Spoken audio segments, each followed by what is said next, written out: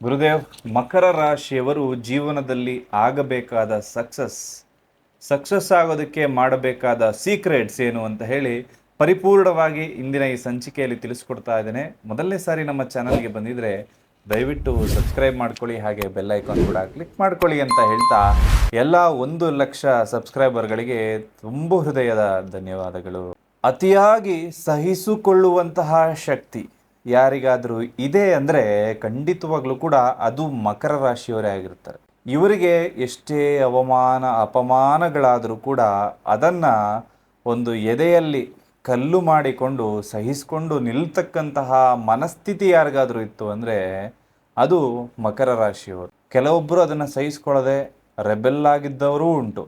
ಆದರೆ ಅತಿ ಹೆಚ್ಚು ಜನ 95% ಅಷ್ಟು ಜನ ಅವರಿಗೆ ಆಗುವಂತಹ ನೋವನ್ನು ಎಲ್ಲೂ ಹೊರಗೆ ಹಾಕದೆ ಮನಸ್ಸನ್ನು ಕಲ್ಲು ಮಾಡಿ ಇಟ್ಟುಕೊಳ್ಳುವಂತಹ ಮನಸ್ಥಿತಿ ಇರುತ್ತೆ. ನೀವು ಅವರಿಗೆ ಎಷ್ಟೇ ಕಷ್ಟ ಕೊಡಿ, ಮಕರ ರಾಶಿಯವರು ಅದನ್ನು ತಡೆದುಕೊಂಡು ಬಂಡೆ ಕಲ್ಲಿನ ರೀತಿ ನಿಂತುಕೊಂಡು ಆ ಎಲ್ಲ ಕಷ್ಟಗಳನ್ನು ಎದುರಿಸಿ ಮುಂದೆ ಜಯವನ್ನು ಪಡಿತಾರೆ. ಅವ್ರಿಗೆ ಏನೇ ಇದ್ದರೂ ಅವರ ಗೋಲ್ ಕಾಣಿಸ್ತಾ ಇರುತ್ತೆ, ಅವರಿಗೆ ಆಗಬೇಕಾದಂತಹ ಕೆಲಸ ಕಾರ್ಯಗಳು ಸಾಗ್ತಾ ಇರುತ್ತೆ. ಆ ಕೆಲಸ ಆಗಬೇಕು ಅಂತ ಹೇಳಿ ಎಂತಹ ಪ್ರಯತ್ನ ಬೇಕಾದರೂ ಇವರು ಮಾಡೋದಕ್ಕೆ ರೆಡಿ ಇರ್ತಾರೆ. ಎಷ್ಟೇ ಕಷ್ಟ ಕೊಟ್ಟರೂ ಅದನ್ನು ಎದುರಿಸಿ ನಿಲ್ಲೋದಕ್ಕೆ ಧೈರ್ಯ ಇರುತ್ತೆ ಇವರಿಗೆ. ಇದು ತುಂಬ ಪಾಸಿಟಿವ್ ವಿಚಾರ ಇವರಿಗಿರುವಂಥದ್ದು. ಪರಿಶ್ರಮದ ಮೂಲಕ ಕೀರ್ತಿಯನ್ನು ಪಡೆಯುವಂಥದ್ದು. ಈ ಒಂದು ಮಕರ ರಾಶಿಯವರಿಗೆ ಯಾವುದೂ ಕೂಡ ಸುಲಭವಾಗಿ ಸಿಕ್ಕಿದ್ದಲ್ಲ. ಕಷ್ಟಪಟ್ಟು ಶ್ರಮದಿಂದ ಆ ಶ್ರಮಕ್ಕೆ ಬೇಕಾಗಿರುವಂತಹ ಒಂದು ಪ್ರಯತ್ನ, ಬೇಕಾಗಿರುವಂತಹ ಒಂದು ಕನ್ಸಿಸ್ಟೆನ್ಸಿ ಅಂತ ಏನು ಹೇಳ್ತೇವೆ, ಆ ಕನ್ಸಿಸ್ಟೆನ್ಸಿಯಿಂದ ಪರಿಶ್ರಮ ಹಾಕಿ ಆಮೇಲೆ ಇವರಿಗೆ ಸಿಗುವಂತಹ ಫಲಗಳೇ ಅವರ ಒಂದು ಕಷ್ಟಕ್ಕೆ ಸಿಗುವಂತಹ ಫಲಗಳು. ಮಕರ ರಾಶಿಯವರು ತುಂಬ ಪರಿಶ್ರಮ ಪಡ್ತಾರೆ, ತುಂಬ ಹಾರ್ಡ್ ವರ್ಕ್ ಮಾಡ್ತಾರೆ. ಅದಕ್ಕೆ ತಕ್ಕಂತೆ ಅವರಿಗೆ ಹೆಸರು, ಕೀರ್ತಿ ಅನ್ನೋದು ಕೂಡ ಸಮಾಜದಲ್ಲಿ ಸಿಗುವಂಥದ್ದು. ಈಗ ರಾಜಕೀಯ ಯಾರಾದರೂ ಮಾಡ್ತಾರೆ ಅಂದರೆ ಈ ರಾಜಕೀಯ ಮಾಡೋದಕ್ಕೆ ಹೆಸರು ವಾಸಿಯಾಗಿರ್ತಕ್ಕಂತಹ ರಾಶಿ ಬೇರೆ ಯಾವುದೂ ಅಲ್ಲ, ಇದೇ ಮಕರ ರಾಶಿ. ಈ ಮಕರ ರಾಶಿಯವರು ಒಂದು ರಾಜಕೀಯ ಗುಣಗಳನ್ನು ತಮ್ಮ ಜೀವನದಲ್ಲಿ ರೂಢಿಸ್ಕೊಂಡಿರ್ತಾರೆ, ಪಾಲನೆ ಮಾಡ್ತಾ ಇರ್ತಾರೆ. ಸತತ ಪ್ರಯತ್ನವನ್ನು ಈ ಒಂದು ಮಕರ ರಾಶಿಯವರು ಸದಾ ಮಾಡ್ತಾ ಇರ್ತಾರೆ. ತಮ್ಮ ಕೆಲಸ ಕಾರ್ಯಗಳಾಗಬೇಕಾದ್ರೆ ಅವರಿಗೆ ಬೇಕಾಗಿರುವಂತಹ ಪ್ರಯತ್ನಗಳೇನಿದೆ, ಅವರು ಮಾಡಬೇಕಾದಂತಹ ಕೆಲಸಗಳಿಗೆ ಬೇಕಾದ ಪ್ರಯತ್ನಗಳೇನಿದೆ ಎಲ್ಲವೂ ಕೂಡ ನಿರಂತರವಾಗಿ ನಿರ್ಗಳವಾಗಿ ಮಾಡ್ತಾ ಇರ್ತಾರೆ. ಆ ಕೆಲಸದಲ್ಲಿ ಯಾವುದೇ ತೊಂದರೆ ಬಂದಾಗ ಅದನ್ನು ದಾಟಿ ಇಮಿಡಿಯೇಟಾಗಿ ನಾನು ಈ ಕೆಲಸವನ್ನು ಬೇರೆ ರೀತಿ ಮಾಡ್ತೀನಿ ಅಂತ ಹೇಳಿ ಅವರ ಮೈಂಡಿಂದ ಬೇರೆ ರೀತಿಯಾಗಿರ್ತಕ್ಕಂತಹ ಪ್ರಯತ್ನವನ್ನು ಮಾಡಿ ಸತತ ಪ್ರಯತ್ನದಿಂದ ಫಲವನ್ನು ಪಡಿತಾರೆ. ಅಂದರೆ ಎಲೆಕ್ಷನ್ ಸೋತ್ರೂ ನಾನು ಗೆದ್ದೇ ಗೆಲ್ತೀನಿ ಅನ್ನೋ ಮನಸ್ಥಿತಿಯಲ್ಲಿ ಹೊರಗೆ ಬರ್ತಾರೆ. ಅವರು ಬರೀ ಎಲೆಕ್ಷನ್ಗೆ ಸೀಮಿತವಾಗಿಲ್ಲ, ಇದು ಅವರ ದಿನನಿತ್ಯದ ಕೆಲಸ ಕಾರ್ಯಗಳಲ್ಲಿ ನೀವೇನಾದರೂ ಮಕರ ರಾಶಿಯವರಿಗೆ ಅಡೆತಡೆಗಳನ್ನು ಮಾಡ್ತಾ ಇದ್ರೆ ಆ ಎಲ್ಲ ಅಡೆತಡೆಗಳನ್ನು ಮುನ್ನುಗ್ಗಿ ಕೆಲಸ ಕಾರ್ಯಗಳು ಸಿದ್ಧಿಯಾಗೋದ್ರ ಕಡೆ ಗಮನ ಕೊಟ್ಟಿರ್ತಾರೆ. ಈ ಒಂದು ಮಕರ ರಾಶಿಯವರ ಜೀವನದಲ್ಲಿ ಯಾವುದೂ ಕೂಡ ರ್ಯಾಪಿಡ್ ಆಗಿ, ಅಂದರೆ ಇವತ್ತು ಮನೆ ತಗೋಬೇಕು ಅಂದರೆ ನಾಳೆ ಮನೆ ತಗೊಳ್ಳೋ ಥರ, ಕಾರ್ ತಗೋಬೇಕು ಅಂದರೆ ನಾಳೆ ಕಾರ್ ತಗೊಳ್ಳೋ ಥರ ಈ ರೀತಿಯಾಗಿ ಇಮಿಡಿಯೇಟ್ ಆಗಿ ಯಾವುದೂ ಆಗೋದಿಲ್ಲ. ಇವರೊಂದು ಯೋಜನೆ ಮಾಡಿ ಆ ಯೋಜನೆಯನ್ನ ಪರಿಪೂರ್ಣವಾಗಿ ಪ್ಲಾನ್ ಮಾಡಿ ಅದೊಂದು ಪ್ರೋಸೆಸ್, ನಿಧಾನಕ್ಕೆ ಇವರಿಗೆ ಸಿಗುವಂಥದ್ದು ಏನೇ ಸಿಗುವಂಥದ್ದಿದ್ರು. ಯಾಕಂದರೆ ಈ ಒಂದು ಮಕರ ರಾಶಿಯ ಅಧಿಪತಿ ಇರ್ತಕ್ಕಂಥವನು ಶನಿ ಆಗಿರ್ತಾನೆ. ಶನಿ ಬಂದು ಕರ್ಮಫಲದಾತ. ಮಕರ ರಾಶಿಯಲ್ಲಿ ಹುಟ್ಟಬೇಕಾದ್ರೆ ನಿಜವಾಗ್ಲೂ ಕೂಡ ಪುಣ್ಯ ಮಾಡಿರಬೇಕು. ಯಾಕಂದರೆ ಪುಣ್ಯ ಮಾಡಿದವರು ಮಾತ್ರ ಈ ಒಂದು ಮಕರ ರಾಶಿಯಲ್ಲಿ ಜನನ ಮಾಡೋದಕ್ಕೆ ಸಾಧ್ಯ. ಯಾವ ರೀತಿ ಒಂದು ಕುಂಭರಾಶಿ ಕೂಡ ಅತ್ಯಂತ ಶ್ರೇಷ್ಠವಾದ ರಾಶಿನೋ ಅದೇ ರೀತಿ ಈ ಮಕರ ರಾಶಿ ಕೂಡ ಅತ್ಯಂತ ಶ್ರೇಷ್ಠವಾಗಿರ್ತಕ್ಕಂತಹ ರಾಶಿ. ನೇರ ನುಡಿ ಅಂತಕ್ಕಂಥದ್ದು ಈ ಮಕರ ರಾಶಿಯವರ ಬಳಿ ಇರುತ್ತೆ. ಹಾಗೆ ಸ್ವಲ್ಪ ಹರಿತವಾದ ಮಾತು ಇವರ ಮಕರ ರಾಶಿಯವರದಾಗಿರುತ್ತೆ. ನೇರ ಏನ್ ನಡೀತಾ ಇದೆಯೋ ಅದನ್ನ ನೇರವಾಗಿ ಹೇಳುವಂತಹ ಗುಣ ಮಕರ ರಾಶಿಯಲ್ಲಿರುತ್ತೆ. ಮಕರ ರಾಶಿಯವರ ಜೊತೆ ಮಾತಾಡ್ಬೇಕಾದ್ರೆ ಒಂದು ಸ್ವಲ್ಪ ನೋಡ್ಕೊಂಡು ಮಾತಾಡೋದು ಉತ್ತಮ. ಯಾಕಂದ್ರೆ ನೀವೇನಾದ್ರೂ ತಪ್ಪು ಮಾತಾಡ್ಬಿಟ್ರೆ ಇಮಿಡಿಯೇಟ್ ಆಗಿ ಅಲ್ಲೇ ನಿಮಗೆ ವಾಪಸ್ ಕೊಡ್ತಾರೆ, ಆಯ್ತಾ. ಅವರ ಕೆಲಸ ಆಗ್ಬೇಕು ಅಂದ್ರೆ ಅವರು ತಾಳ್ಮೆಯಿಂದ ನೋಡಿ ಮಾಡಿ ಕೆಲಸವನ್ನ ಮಾಡ್ತಾರೆ. ಆದ್ರೆ ನೀವೇನಾದ್ರೂ ಅವರ ತಂಟೆಗೆ ಸುಮ್ನೆ ಹೋಗ್ತಾ ಇದ್ದೀರಾ, ಸುಮ್ನೆ ಅವ್ರಿಗೆ ತೊಂದರೆ ಕೊಡ್ತಾ ಇದ್ದೀರಾ ಅಂದ್ರೆ ಖಂಡಿತವಾಗ್ಲೂ ಕೂಡ ನಿಮ್ಮನ್ನು ಸುಮ್ನೆ ಬಿಡೋದಿಲ್ಲ. ಇಮ್ಮಿಡಿಯೇಟ್ ಆಗಿ ಅಲ್ಲಿಂದ ಅಲ್ಲೇ ತುಂಬಾ ಸ್ಟ್ರೈಟ್ ಫಾರ್ವರ್ಡ್ ಆಗಿ ಮಾತಾಡ್ತಾರೆ. ಅವರಿಗೆ ಏನಾದ್ರೂ ತಪ್ಪು ಕಾಣಿಸಿದ್ರೆ ಅವರು ಎದುರಿಗೆ ಇರುವಂತಹ ವ್ಯಕ್ತಿಗಳಿಗೆ ನೋಡಿ ನೀನ್ ಮಾಡ್ತಾ ಇರೋದು ತಪ್ಪಿದು, ಇದನ್ನ ತಿದ್ಕೋ ಅಂತ ಹೇಳುವಂತಹ ಗುಣ ಕೂಡ ಖಂಡಿತವಾಗ್ಲೂ ಇರುತ್ತೆ. ಯಾವ ರೀತಿ ಒಂದು ಸಹಿಸ್ಕೊಂಡು ನಿಂತಿರ್ತಾರೋ ಆ ಒಂದು ಸಹಿಸ್ಕೊಳ್ಳೋದು ಮುಗಿದ ಮೇಲೆ ನೇರವಾಗಿ ನಿಮಗಿರುವಂತಹ ಮಾತನ್ನ ಹೇಳುವಂತಹ ಗುಣ ಕೂಡ ಇದೆ. ವಿಜ್ಞಾನ ಮತ್ತೆ ತಂತ್ರಜ್ಞಾನ ಎರಡರ ಮೇಲೂ ಕೂಡ ಹಿಡಿತ ಅಂತಕ್ಕಂಥ ತುಂಬಾ ಜಾಸ್ತಿ ಇರುತ್ತೆ.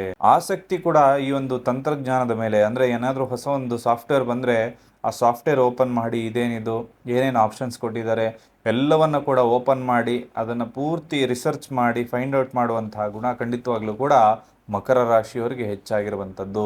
ಅದರ ಮೇಲೆ ಒಂದು ಹಿಡಿತ, ಅಂದರೆ ಅವ್ರಿಗೆ ಏನು ಕಲಿಸ್ಬೇಕು ಅಂತ ಇಲ್ಲ, ಮೊಬೈಲ್ ಯೂಸ್ ಮಾಡೋದು ಹೇಗೆ ಅಂತ ಕಲಿಸ್ಬೇಕಾದ ಅವಶ್ಯಕತೆ ಇಲ್ಲ, ಅವರಾಗವರೇ ಕಲಿತಾರೆ ಯಾವ ರೀತಿ ಯೂಸ್ ಮಾಡಬೇಕು, ಒಂದು ಸಾಫ್ಟ್ವೇರ್ ಬಂತ ಯಾವ ರೀತಿ ಯೂಸ್ ಮಾಡಬೇಕು ಅಂತ ಹೇಳಿ ಅವರೇ ಕಲಿಯುವಂತಹ ಒಂದು ಪ್ರಯತ್ನ ಖಂಡಿತವಾಗ್ಲೂ ಮಕರ ರಾಶಿಯವರು ಮಾಡ್ತಾರೆ.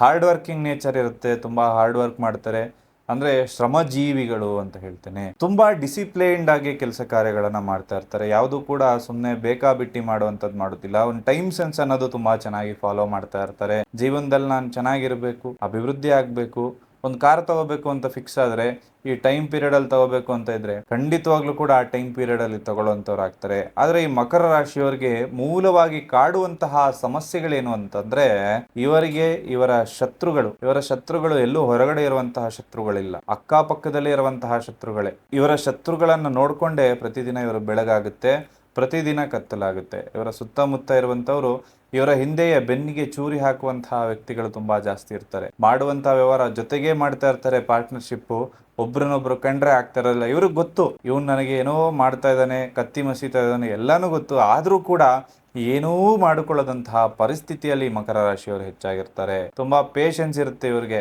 ಕೆಲಸ ಕಾರ್ಯ ಆಗ್ಲಿ ಆಗ್ಲಿ ಆಗ್ಲಿ ಅಂತ ಹೇಳಿ. ಆದ್ರೆ ಒಂದು ಲಿಮಿಟ್ ಅನ್ನೋದು ಯಾವಾಗ ಮೀರುತ್ತೋ ಆಗ ಇವರು ಟ್ರಿಗರ್ ಆಗ್ತಾರೆ. ಮತ್ತೆ ಎಲ್ಲ A to Z ಏನೇನ್ ತಪ್ಪು ಮಾಡಿದೆಯೋ ಎಲ್ಲ ವಿತ್ ಪ್ರೂಫ್ ಕಣ್ಣು ಮುಂದೆ ಇಡುವಂತಹ ವ್ಯಕ್ತಿಗಳು ಇವರು ಇರ್ತಾರೆ. ಸ್ವಲ್ಪ ಮಕರ ರಾಶಿಯವರಿಗೆ ವ್ಯವಹಾರ, ಅಂದ್ರೆ ಅವರ ಜೊತೆ ವ್ಯವಹಾರ ಮಾಡ್ಬೇಕಾದ್ರೆ ನೀವು ಅವರಿಗೆ ಕೊಡುವಷ್ಟು ಕಷ್ಟವನ್ನ ಕೊಡಿ, ಆದ್ರೆ ಅದನ್ನ ವಾಪಸ್ ತಗೊಳ್ಳೋದಕ್ಕೂ ಕೂಡ ರೆಡಿ ಇರಿ ಅಂತ ಹೇಳ್ತೇನೆ. ಮಕರ ರಾಶಿಯವರಿಗೆ ಅವರ ಕಲ್ಚರ್ ಅಂದ್ರೆ ತುಂಬಾ ಇಷ್ಟ ಇರುತ್ತೆ. ಕಲ್ಚರ್ ಅನ್ನ ಫಾಲೋ ಮಾಡುವಂಥದ್ದು, ಅಂದ್ರೆ ನಮ್ಮ ರೀತಿ ನೀತಿಗಳೇನಿರುತ್ತೆ ಅದನ್ನೆಲ್ಲ ಪರಿಪೂರ್ಣವಾಗಿ ಫಾಲೋ ಮಾಡುವಂಥದ್ದು, ಎಲ್ಲಾ ರೀತಿಯ ಗುಣಗಳು ಕೂಡ ಮಕರ ರಾಶಿಯಲ್ಲಿ ಹೆಚ್ಚಾಗಿರುವಂಥದ್ದು. ಈ ಮಕರ ರಾಶಿಯ ಅಧಿಪತಿ ಯಾರಪ್ಪ ಅಂತಂದ್ರೆ, ಆಗ್ಲೇ ಹೇಳಿದೆ, ಶನಿ, ಕರ್ಮ ಫಲದಾತ ಅಂತ ಹೇಳುವಂಥದ್ದು. ಈ ಮಕರ ರಾಶಿಯವರ ಜೀವನದಲ್ಲಿ ಗಂಡ ಹೆಂಡತಿ ನಡುವೆ ಸಮಸ್ಯೆಗಳು ಬರ್ತಾ ಇದ್ರೆ, ಆರೋಗ್ಯ ಸಮಸ್ಯೆಗಳು ಬರ್ತಾ ಇದ್ರೆ, ಹಣಕಾಸು ಸಮಸ್ಯೆಗಳು ಬರ್ತಾ ಇದ್ರೆ, ಮದುವೆಯಲ್ಲಿ ವಿಳಂಬ ಆಗ್ತಾ ಇದ್ರೆ, ಈ ಎಲ್ಲದಕ್ಕೂ ಕೂಡ ನಿಮ್ಮ ಜಾತಕದಲ್ಲಿ ಶನಿ ಯಾವ ಸ್ಥಾನದಲ್ಲಿ ಕೂತಿದ್ದಾನೆ, 7ನೇ ಮನೆಯಲ್ಲಿ ಯಾವ ಗ್ರಹ ಕೂತಿದೆ ಅನ್ನೋದು ತುಂಬಾ ಮುಖ್ಯ ಆಗುತ್ತೆ. ಶನಿ ಏನಾದರೂ ಬಾಧಕ ಸ್ಥಾನದಲ್ಲಿ ಕೂತಿದ್ರೆ ನಿಮ್ಮ ಕೆಲಸ ಕಾರ್ಯಗಳು ವಿಳಂಬ ಆಗ್ತಾ ಇರುತ್ತೆ. ಯಾಕಂದ್ರೆ ನಿಮ್ಮ ಜಾತಕದಲ್ಲಿ ನಿಮಗೆ ಪಾಸಿಟಿವ್ ಕೊಡೋನೇ ಶನಿ, ಅವನೇ ಬಾಧಕ ಸ್ಥಾನದಲ್ಲಿ ಹೋಗಿ ಕೂತಾಗ ಈ ಎಲ್ಲ ಸಮಸ್ಯೆಗಳನ್ನು ನೀವು ಎದುರಿಸ್ಬೇಕಾಗತ್ತೆ. ಈಗ ಒಳ್ಳೆ ಸ್ಥಾನದಲ್ಲಿದ್ದಾಗ ನೀವು ಬ್ಲೂ ಸಫೈರ್ ಅಂದ್ರೆ ನೀಲಿ ಮಣಿಯನ್ನ ನೀವು ನಿಮ್ಮ ಮಧ್ಯದ ಬೆರಳಿಗೆ ಧಾರಣೆಯನ್ನ ಮಾಡ್ಕೊಳ್ಳಿ.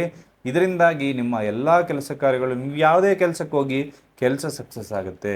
ಅದೇ ಬಾಧಕ ಸ್ಥಾನದಲ್ಲಿದ್ದಾಗ ನೀವು ಈ ಹರಳನ್ನು ಧರಿಸಿದ್ರೆ ನಿಮ್ಮ ಬಾಧೆಗಳು ಇನ್ನೂ ಜಾಸ್ತಿ ಆಗ್ತದೆ. ಹಾಗಾಗಿ ಒಮ್ಮೆ ನಿಮ್ಮ ಜಾತಕವನ್ನ ಪರಿಶೀಲನೆ ಮಾಡಿಕೊಂಡು ಆನಂತರದಲ್ಲೇ ರತ್ನವನ್ನ ಬಳಸುವಂಥದ್ದು ಉತ್ತಮವಾಗುತ್ತೆ.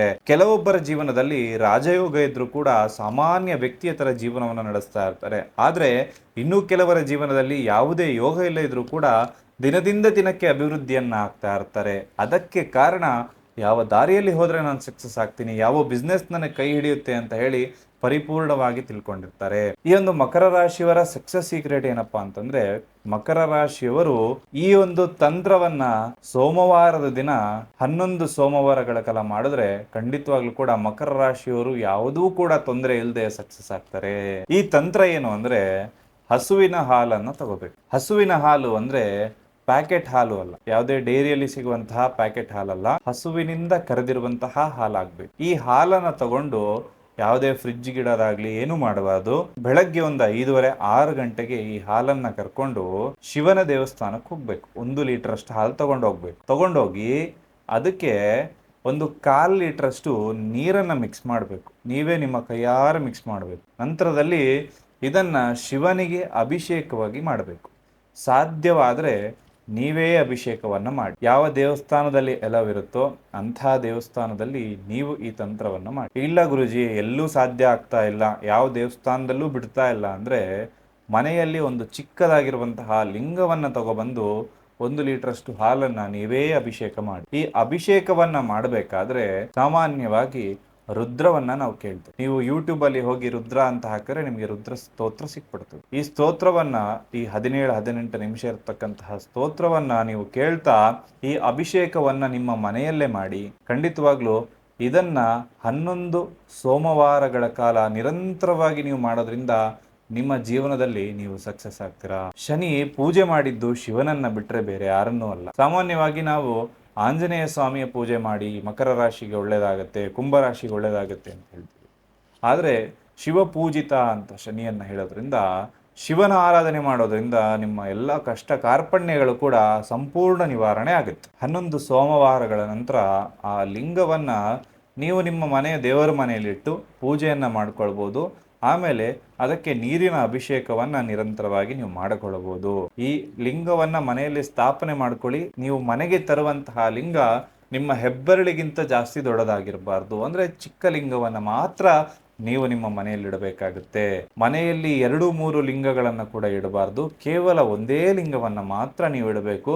ಮನೆಯಲ್ಲಿ ಒಂದು ಲಿಂಗ ಇತ್ತು ಅಂದ್ರೆ ಅದೇ ಲಿಂಗಕ್ಕೆ ಹಾಲನ್ನ ಎರೆಯುತ್ತಾ ಪೂಜೆಯನ್ನ ಮಾಡಿ.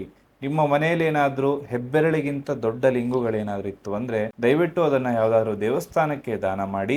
ಇದರಿಂದ ನಿಮ್ಗೆ ನಕಾರಾತ್ಮಕ ಶಕ್ತಿಗಳೇನು ಬರುವುದಿಲ್ಲ ಅಂತ ಹೇಳ್ತಾ, ಎಲ್ಲರಿಗೂ ಶುಭವಾಗ್ಲಿ. ಸರ್ವೇ ಜನಃ ಸುಖಿನೋ ಭವಂತು.